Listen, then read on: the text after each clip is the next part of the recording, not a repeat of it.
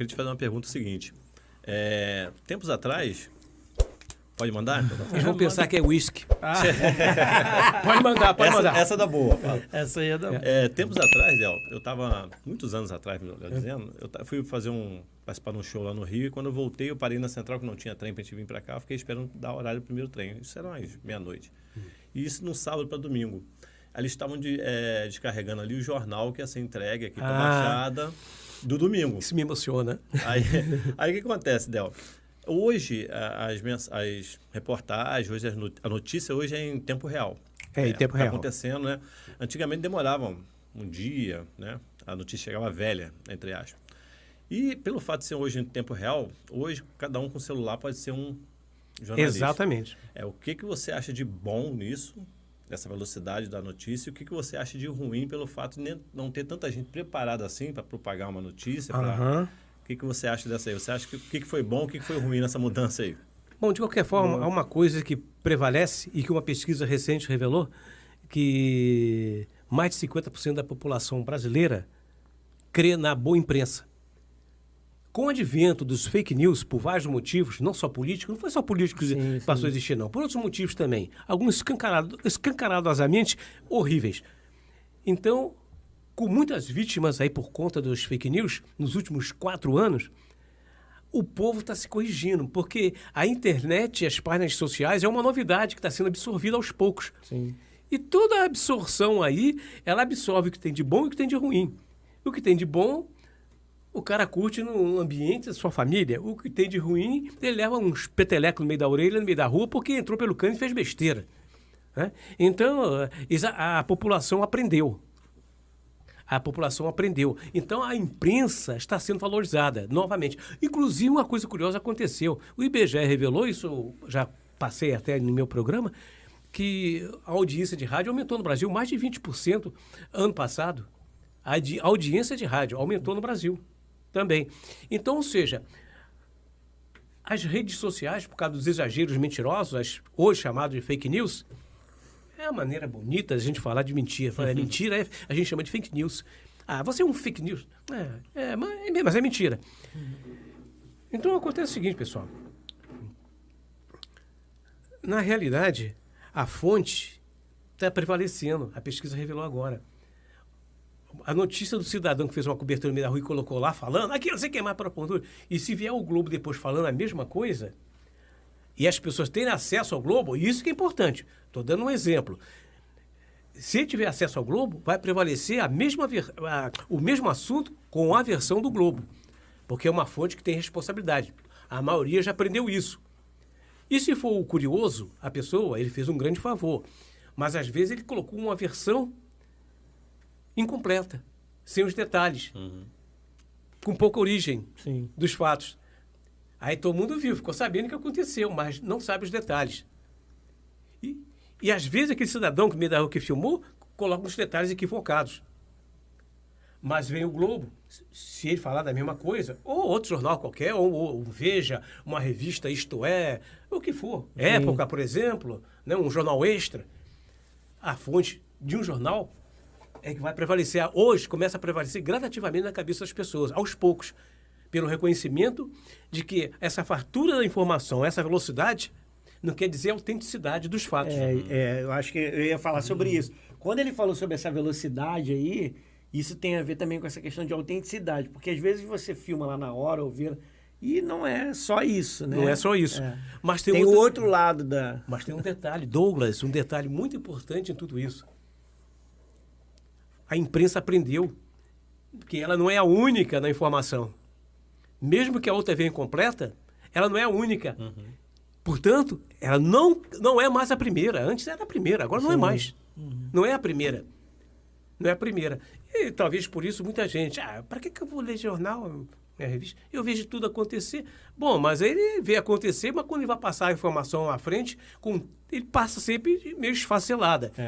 Incompleta. Talvez com o tempo ele aprenda isso. Porque o outro fala, não, mas eu vi isso no Globo. No Globo fala isso, mais isso, mais isso. O item 1, 2, 3, 4, 5 e 6. E você só tem um item? Não estou entendendo. Algo mais ou menos assim. Né? Fica uma coisa fora de contexto, né? É igual a internet. Você vê, quando você vê a notícia chegando, né? Eu escuto muita gente dizendo isso. Porque eu tenho internet, então eu consigo filtrar e tal. Mas na internet chega isso, né? De forma picada ali. Ela não vem tão apurada, né, da forma como você faz. Até o mesmo. Em contrapartida, também, a internet quebrou um monopólio de informação Não, que existia, com essa questão. Porque Verdade. também tem o contrário. Sim. Né? Muitas das vezes as grandes mídias escondiam determinado detalhe da população e que a internet veio e conseguiu. Sim. Muita coisa a gente... por exemplo, as eleições mesmo foi uma coisa. Às vezes você via uma pesquisa de um jeito... E você chegava, a realidade era outra. Era outra. Não, isso é verdade. E aonde a gente encontrava essa informação? Na internet. Sim. Então, assim, se fosse depender só da imprensa... Não tô contra a imprensa, não é isso. Mas se fosse só dessa questão, rolou por muito tempo que era questão de manipulação, essa coisa toda. Então, com a facilidade da internet, né, e de a notícia ser instantânea, Sim. e você ter muito mais detalhes, porque assim, você pode mandar sem filtro ali. Já o jornal... ou dependendo do programa de televisão, alguma coisa, tem que ter um filtrozinho ali, Sim. porque tem toda uma questão, né? Já com a notícia correndo solta assim na internet, o negócio fica... mas olha... Quando fica ele meio terra sem lei, quando tudo ele bem, eu falou concordo, sobre mas... de não ser único, é isso. Porque, por exemplo, quando sai uma notícia, já viu quando sai uma notícia assim... que prenderam determinada pessoa dentro de uma comunidade e tal. Aí a mídia joga aquilo, aí fala que, né, ele não tinha envolvimento e tal, não sei o que. Aí ali sai aquela primeira pauta, sai ali dizendo. Então, automaticamente, quem está na internet vê essa matéria ali, né, por intermédio de alguém, vai dizer, realmente tal. Mas aí quando entra a imprensa que faz uma apuração maior sobre... Aí já começa a aparecer a outra versão. Né? Eu acho que é por isso que quando ele fala isso. Sim, entendo. Eu só quis dizer o seguinte, que também tem o outro lado, Tem, claro. Tem também. Mas o processo aí já deu sua contribuição. Sim. A própria imprensa agora sabe que ela tem um policiamento. E o policiamento são as outras informações concorrentes da mesma coisa que ela produz. Então, ela se adaptou. Vejam só como a Globo utiliza material que tem acesso a esse material na internet, de fato que ela quer publicar na rede dela, mas que ela não estava presente naquele acontecimento. Mas o cidadão estava e colocou na rede. A Globo aproveita. Estou dando um exemplo. Aproveita. Eu já vi jornal Globo que eu fiquei admirado. Um acontecimento ligado... aquela situação lá em Minas Gerais, né? Daquela barreira, naquela... Sim, de Brumadinho. De Brumadinho, né? Que criou aquele caos todinho. Ela usou imagens pra caramba de terceiros. Sim. Para ilustrar. Porque ela não tinha uma equipe lá de prontidão 24 horas tomando conta do que poderia acontecer. É ilógico isso, não é ilógico. Sim. Né? Então, ela utilizou. Então, está havendo uma interação nesse sentido.